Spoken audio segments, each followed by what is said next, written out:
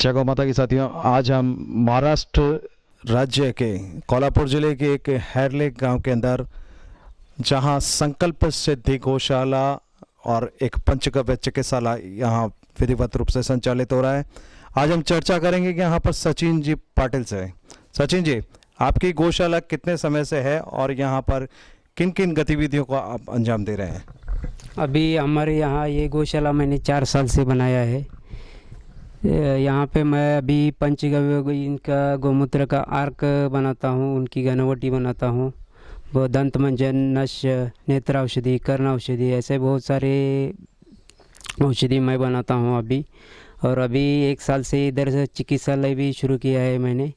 उनका पेशेंट भी आते हैं, उनका रिज़ल्ट भी बहुत बढ़िया से है। अपने यहाँ के मैंने खिलार नस्ल की गाय पाली है पूरा, और वो गाय मैं जंगल में चरने के लिए लेके जाता हूँ डेली में। कि आपकी गौशाला में कौन सी नस्ल के गोवंश हैं और कितने गोवंश हैं? हमारे यहाँ खिलार गोवंश के नस्ल है, और यहाँ पे अभी 28 नस्ल ये गोवंश है, छोटा बड़ा। खान पान के दृष्टिकोण से आप इन गोवंश को क्या देते हैं? खान पान के दृष्टि में यहाँ मैं हर रोज़ में उनको सुबह डोंगर में चरने के लिए लेके जाता हूँ। इसके लिए वो वहाँ की औषधीय वनस्पतियाँ वगैरह सब खा के इधर आते हैं। बाद में शाम को इधर आने के बाद उनको हमारे यहाँ हरा चारा वो थोड़ा मिलता है शाम को, और बाद में उसके बाद में उनको खाद्य भी देता हूँ थोड़ा थोड़ा। पंचगव्य औषध का प्रशिक्षण आपने कहाँ से लिया और कितना समय हो गया आपको ये प्रशिक्षण लिए? पंचगव्य का प्रशिक्षण लेके मुझको अभी 3 साल हुआ। मैंने ये औदुंबर से लिया है, सुहास पाटिल सर के यहाँ से। अभी क्या क्या औषध का निर्माण आप कर रहे हैं? अभी गौमूत्र आर्क, घनवटी, फेस पैक, स्नान चूर्ण, उटन, साबुन। ये जो औषध जो आप बना रहे हैं अपनी गौशाला के अंदर, इनका वितरण कहाँ पर करते हैं? इनका वितरण मैं खुद ही यहाँ अपने घर में बैठकर ही कर रहा हूँ अभी। इसके लिए मैंने एक चिकित्सालय खोला है। वो चिकित्सालय में हर रोज़ में छोटे बड़े वो जिसको तकलीफ़ होता है वो आदमी इधर हमारे यहाँ आता है। उनको मैं गाय के बारे में पूरी तरह से उनको जानकारी दे के, उनका गाय के गौमूत्र से जो औषधि बनती है वो औषधि मैं उनको देता हूँ। लगभग रोजाना कितने पेशेंट आपके चिकित्सालय में आते हैं? रोज़ाना 1-2 पेशेंट ही आते हैं। अभी थोड़ा नया शुरुआत है, इसके लिए ज़्यादा ये नहीं होता अभी। महीने में कितने कीमत की औषध का आप वितरण करते हैं? महीने में 20,000 तक चल रहा है अभी स्टार्टिंग में। बहुत सुंदर। क्या आपकी गौशाला पूरी तरह से स्वावलंबन पे है? हाँ, गौशाला हमारी पूरी तरह से स्वावलंबन पे है। कैसा लग रहा है आपको पंचगव्य औषध का निर्माण करने के बाद में गौशाला को, जब से आपने स्वावलंबी लिया?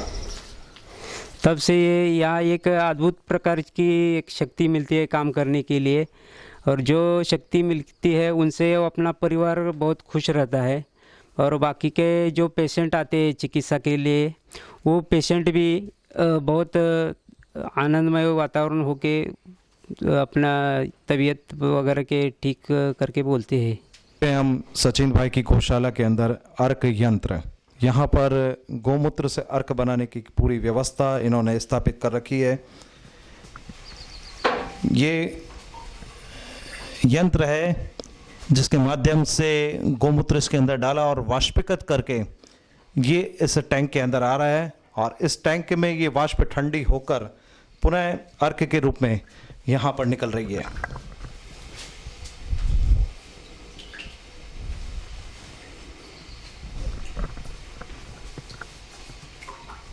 ये गौमूत्र से अर्क निकल रहा है।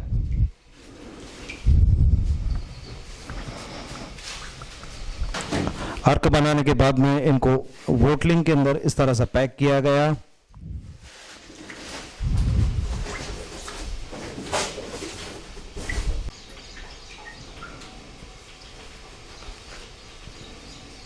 सचिन भाई, लगभग कितने तरह के अर्क अपनी गौशाला के अंदर का निर्माण कर रहे हैं?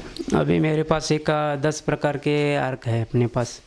उसमें अपना सर्पगंधा है, सप्तरंगी है, मंजिष्ठा है, वरुण है, अर्जुन है, अपना हारसिंगार है, गुड़वेल है, पारिजातक है। ऐसे 10 प्रकार के अर्क मैं अभी बना रहा हूँ इधर में। इन अर्कों का क्या उपयोग करते हैं आप? इन अर्कों का जैसे मान लीजिए हर श्रृंगार है तो उनका उपयोग अपने वो सांदाबाई के दवा में आता है, जिसके लिए अपना जॉइंट में जो वंगन कहते हैं वो कम होता है, उसके लिए वो इस्तेमाल में आता है हर श्रृंगार का अर्क। और सप्तरंगी अपना शुगर में आता है काम, अर्जुन का है वो बीपी में आता है, सर्पगंधा है वो कैंसर में काम आता है। ऐसा हर एक प्रकार का रोग में उपयोग में आता है वो।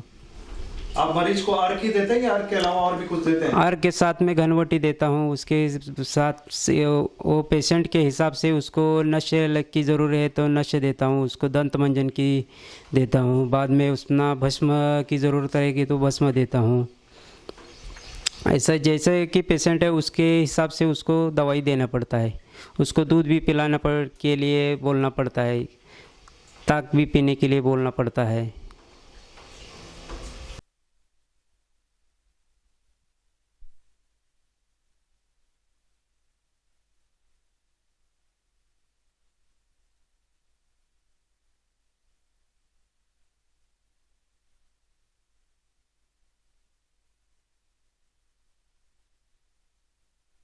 सचिन भाई अपनी गौशाला के अंदर पंचगव्य उत्पाद के साथ साथ खेती के काम को भी देखते हैं।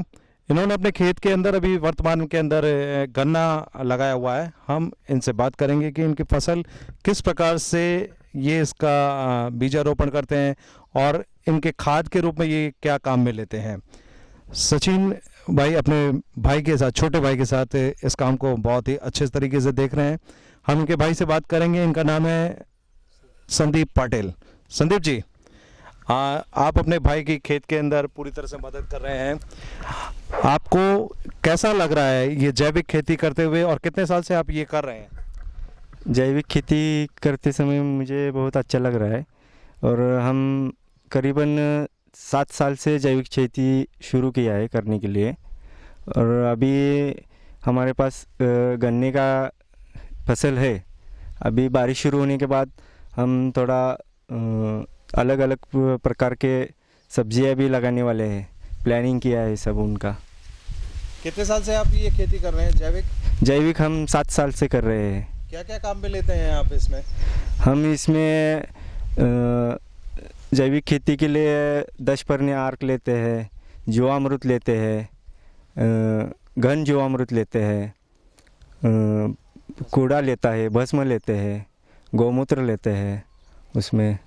उससे पहले 7 साल पहले आप किस प्रकार से खेती करते थे यहाँ पर? 7 साल पहले हम रासायनिक खेती करते थे। उसमें क्या है, हमारे ज़मीन की मिट्टी का आर्क सब खराब हो रहा था। अभी क्या है, अभी जैविक खेती शुरू किया तो मिट्टी हमारी अच्छी बनने लगी है और फसल भी अच्छा मिलने लगा है और हमें जो उसमें से निकलेगा वो खाने के लिए 100% अच्छा ही रहेगा। रासायनिक के जो निकलेगा वो शरीर के लिए अपायकारक है और जो जैविक है वो औषधि है। फसल का उत्पादन आप जो पहले ले रहे थे रासायनिक खाद के माध्यम से और आज जब आप जैविक कर रहे हैं तो उसमें और इसमें क्या फ़र्क महसूस हो रहा है आपको? और रासायनिक कर रहे तो फसल अच्छा आता था, उसका उत्पादन भी अच्छा मिलता था।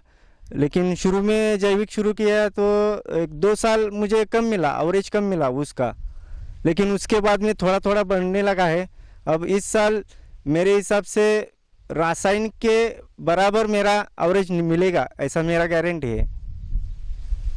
शुरू में दिक्कत का सामना करना पड़ा लेकिन अब भी आप संतुष्ट हैं? अभी संतुष्ट हूँ और इससे भी आगे और 5-10 साल में मेरे को अच्छा ही मिलेगा, इससे भी बढ़िया मिलेगा।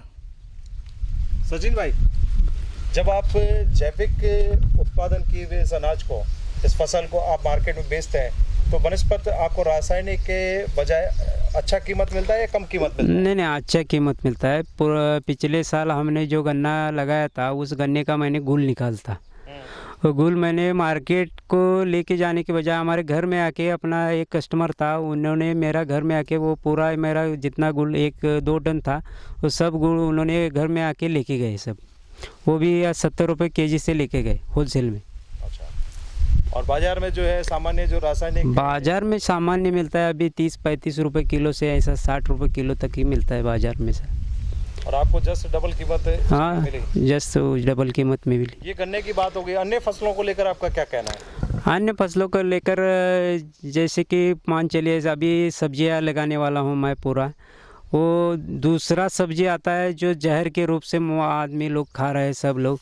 जो अपना सब्जी बनेगा और मार्केट में जाएगा तब हमारा सब्जी या हमारा सब्जी मान के मैं नहीं बेचूंगा, उनको औषधि करके मैं बेचूंगा अभी। ठीक बात। कुल मिला के आप संतुष्ट हैं इस तरह की? बहुत तरह से संतुष्ट हूँ। उसके लिए क्या है ये नहीं, ये इसका पत्ता देखिए ये कितना बहुत चौड़ा हो गया है और चौड़ा है। इसका कलर भी देखिए जितना हरा है।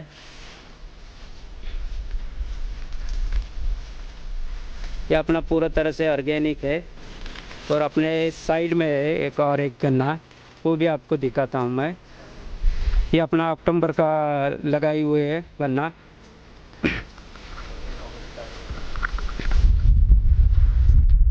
और ये साइड में जो गन्ना अपना दिख रहा है वो, ये गन्ना अगस्त में लगाया हुआ ये गन्ना है। अगस्त में लगाया हुआ गन्ना है। इसका ये पत्ता देखिए कितना चौड़ा है। ये पूरा तरह रासायनिक खाद के ऊपर किया हुआ है गन्ना है। और जो अपना है वो ऑर्गेनिक किया हुआ है।